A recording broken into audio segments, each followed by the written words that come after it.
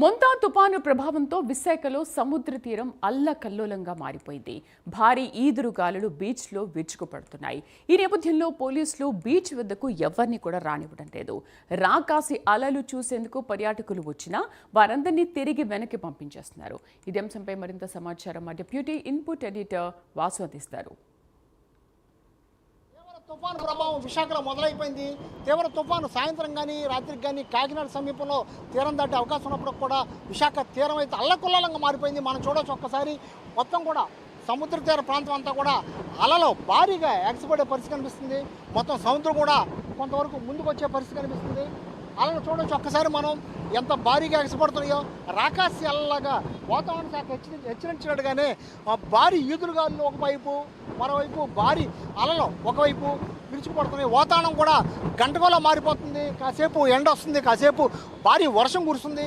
విచిత్రమైన వాతావరణంలో మొత్తం కూడా విశాఖ వాసులు ఇబ్బంది పడే పరిస్థితి కనిపిస్తుంది. ముఖ్యంగా ఈ అలల తాకిడి ఎక్కువగా ఉండడంతో నిన్న నుంచి కూడా విశాఖలో బీచ్లకు ఎవరిని కూడా రానివ్వట్లేదు. బీచ్కి రావద్దని కూడా చెప్పడం జరిగింది. ఇక్కడ పోర్ట్ వద్ద కానీ లేకపోతే బ్యాటరీ కోస్టల్ బ్యాటరీ దగ్గర కానీ ఆర్కే బీచ్ కానీ మొత్తం ఈ ప్రాంతాల్లో పోలీసు రక్షణ ఏర్పాటు చేశారు. ఎవరిని కూడా రావద్దని చెప్పే పరిస్థితి కనిపిస్తుంది. ముఖ్యంగా చిన్నపిల్లలు కానీ లేకపోతే పర్యాటకులు కానీ వివిధ ప్రాంతాల నుంచి వచ్చిన వాళ్ళు ఎవరు కూడా రావద్దని చెప్పే పరిస్థితి కనిపిస్తుంది. మొత్తానికి ఈ బీచ్లో అలలు ఎగసిపట్టడం వల్ల ఉధృతి మరింత పెరిగే అవకాశం ఉంది. ఇవాళ సాయంత్రానికి లేదా రాత్రికి కూడా తీరం దాటే అవకాశం ఉండడంతో ప్రజలు అప్రమత్తంగా ఉండాలని చెప్పడం జరుగుతుంది. ఎందుకంటే శ్రీకాకుళం నుంచి మచిలీపట్నం లోపు ఈ మొత్తం కాకినాడ మధ్యలో తీరం దాటే అవకాశం ఉండడంతో ఇవాళ సాయంత్రం రాత్రి కూడా ఈ గాలులు కానీ లేకపోతే అలలు కానీ సముద్ర తీరం కానీ అల్లకొల్లంగా ఉండగానే మరింత పెరిగే అవకాశం ఉందని కూడా వాతావరణ శాఖ ఇప్పటికే హెచ్చరించింది.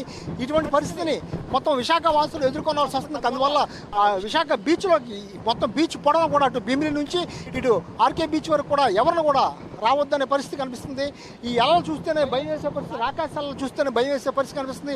ఎవరైనా బీచ్లోకి దిగితే మొత్తం కూడా చాలా ప్రమాదం చోటు చేసుకునే అవకాశం ఉంది. అందువల్ల ఎవరు కూడా రావద్దని కూడా హెచ్చరించడం జరిగింది. ఇందులో భాగంగానే మొత్తం అధికారులు ఎక్కడికక్కడ ఏర్పాట్లు చేశారు.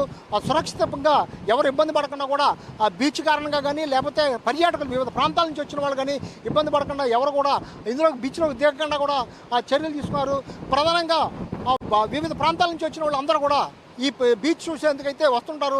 ఈ వచ్చినటువంటి వాళ్ళు బీచ్లో దిగి చాలామంది కూడా ఇటువంటి భారీ అలల కారణంగా కొట్టుకుపోయే పరిస్థితి కూడా చాలా సంఘటనలు జరిగిన నేపథ్యంలో అధికారులు అప్రమత్తం అయ్యారు.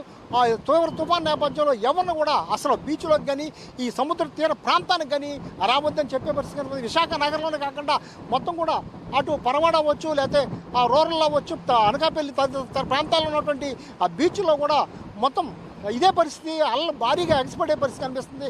అందువల్ల ఉమ్మడి జిల్లా వ్యాప్తంగా కూడా ఎక్కడ కూడా పోలీసులు అప్రమత్తం అయ్యారు. ఈ బీచ్లోకి కానీ సముద్ర తీర ప్రాంతానికి కానీ ప్రజల ఎవరి కూడా హెచ్చరించే పరిస్థితి కనిపిస్తుంది. కెమెరా పర్సన్ సుధాకర్తో వాసు, ప్రైమ్ 9 విశాఖ.